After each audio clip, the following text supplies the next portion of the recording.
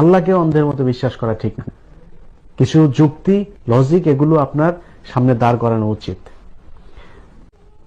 আমি ইলিয়াস আপনার সামনে কথা বলছি, আমার সম্পর্কেও জানেন, আমার সম্পর্কে খুব স্পষ্টভাবে ধারণা নিয়ে তারপরে আপনার আমাকে বিশ্বাস করা উচিত। আমি আপনাকে বায়াস করে তারপরে আপনাকে বিপদে ফেলতে পারি, কেন আপনি আমাকে অন্ধের মতো বিশ্বাস করবেন? আল্লাহকে অন্ধের মতো বিশ্বাস করা ঠিক না। দেশ ইসলামী শরিয়া ভিত্তিক চলুক, আমি এটা চাই না। আপনি আমাদের যাই মনে করেন তাই মনে করেন, আমি এটা চাই না। আর শরিয়া আইনের ব্যাপারে ওটাও বলেছে কিন্তু যে আমরা শরিয়া আইনে বিশ্বাস করি না। আমাদের সংগঠন পড়ে দেখবেন শরিয়া আইন বিশ্বাসের তো কথার ব্যাপারটা নাই কোথাও। আমরা তো ওনারা চান ওনারা করুক, ওনারা শরিয়া আইন করতে চান ওনারা করুক।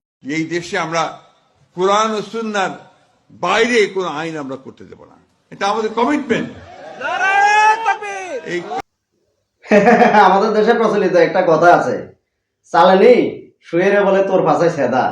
হ্যাঁ, ঘটনা এরকম হয়েছে আর কি। হ্যাঁ, এই ইলিয়াস নিজে বলে আল্লাহকে বিশ্বাস করে না, সে শরিয়া আইন মানে না, আর সে আরেকজনকে নিয়ে হাসি ঠাট্টা করে, তামাশা করে। এগুলা করে করে সে একবার এই সমস্ত, তারা বিদেশে বসে বসে এই সমস্ত করে আমাদের জাতির মধ্যে ঐক্য বিনষ্ট করেছে। একবার একজনের সাথে এই যে এই সমস্ত তামাশা করে, তারা ভিউ ব্যবসা করে, তারা এই সমস্ত করে করে তাদের সাথে তাদের সুবিধার্থে এই সমস্ত করে। হ্যাঁ, আমাদের জাতির মধ্যে বিভাজন সৃষ্টি করে, আমাদের দেশের মধ্যে অস্থিরতা তৈরি করতে চায় তারা। এগুলো আপনারা বুঝেন না? হ্যাঁ, কয়দিন জামাতের পক্ষে, কয়দিন আবার বিএনপির বিরুদ্ধে, কয়দিন জামাতের বিরুদ্ধে, কয়দিন বিএনপির পক্ষে, এই সমস্ত করে।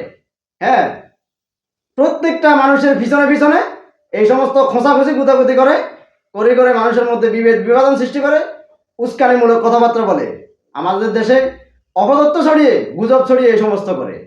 হ্যাঁ, এগুলো আমাদের দেশের এই যে কিছু আবেগী অতি উৎসাহীরা এগুলো বুঝে না, এগুলো বুঝে না। তারা এই সমস্ত উগ্রতা ছড়িয়ে, এই সমস্ত উস্কানি দিয়ে, এই যে আমাদের দেশের কিছু আবেগী অতি উৎসাহী আছে, তাদের এই সমস্ত কথায় খুবই খুবই উৎসাহ পায়। আসলে এরা কি চায় ওই জিনিসটা এরা বুঝে না। এরা যে দেশপ্রেমের নামে, এরা যে ভারত বিরোধিতার নামে, এরা যে নিজেদের স্বার্থে সুবিধার্থে এগুলা করে, এই সমস্ত আমার দেশের কিছু কিছু আবেগী অতি উৎসাহীরা এই সমস্ত বুঝে না, মাথায় ঢুকে না এদের। হ্যাঁ, কয়দিন সে নিজে নিজে আল্লাহ বিরোধী, সে আল্লাহকে বিশ্বাস করে না, সে শরিয়া আইন মানে না। আর সে মির্জা ফখরুল সাহেবের, সে এই সমস্ত এই যে এগুলা নিয়ে সে মির্জা ফখরুল সাহেব বলছে যে শরিয়া আইন মানে না, সে এটা নিয়ে আবার হাসি তামাশা করছে।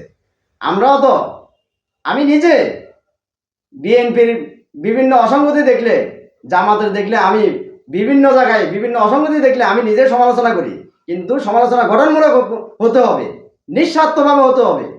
হ্যাঁ, তোমাদের মতো এরকম ঐক্য বিনষ্ট করে 5ই আগস্টের পরে একবার বলতে পারছো যে জাতির মধ্যে ঐক্য তৈরি করো, জাতির মধ্যে ঐক্য তৈরি হোক? ঐক্য বিনষ্ট করেছো তোমরা বিদেশে বসে বসে, ঐক্য বিনষ্ট করেছো, এই জাতির মধ্যে বিশৃঙ্খলা সৃষ্টি করেছো। হ্যাঁ, আমাদের দেশের মধ্যে অস্থিরতা তৈরি করেছো। হ্যাঁ, আবার সিম্পিতি নিতে চাও, একবার একজনের সাথে ইয়ে করে সিম্পিতি নিতে চায়। এই সমস্ত আমাদের বোঝা উচিত, আমাদের দেশের জনগণকে বুঝতে হবে। এই সমস্ত যারা এই সমস্ত উগ্রতা ছড়ায়, উস্কানি দেয়, এদের বিরুদ্ধে অবস্থান নিতে হবে। এরা আমাদের দেশে দেশপ্রেমের নামে, ভারত বিরোধিতার নামে, এরা নিজেদের স্বার্থে, নিজেদের সুবিধার্থে আমাদের দেশের মধ্যে উগ্রতা ছড়ায়, আমাদের দেশের মানুষের আবেগ নিয়ে খেলা করে। এই সমস্ত আমাদের দেশের মানুষের বুঝতে হবে। যতদিন আমাদের দেশের মানুষ বুঝবে না, ততদিন আমাদের দেশের মধ্যে ঐক্য তৈরি হবে না, মনে রাখতে হবে।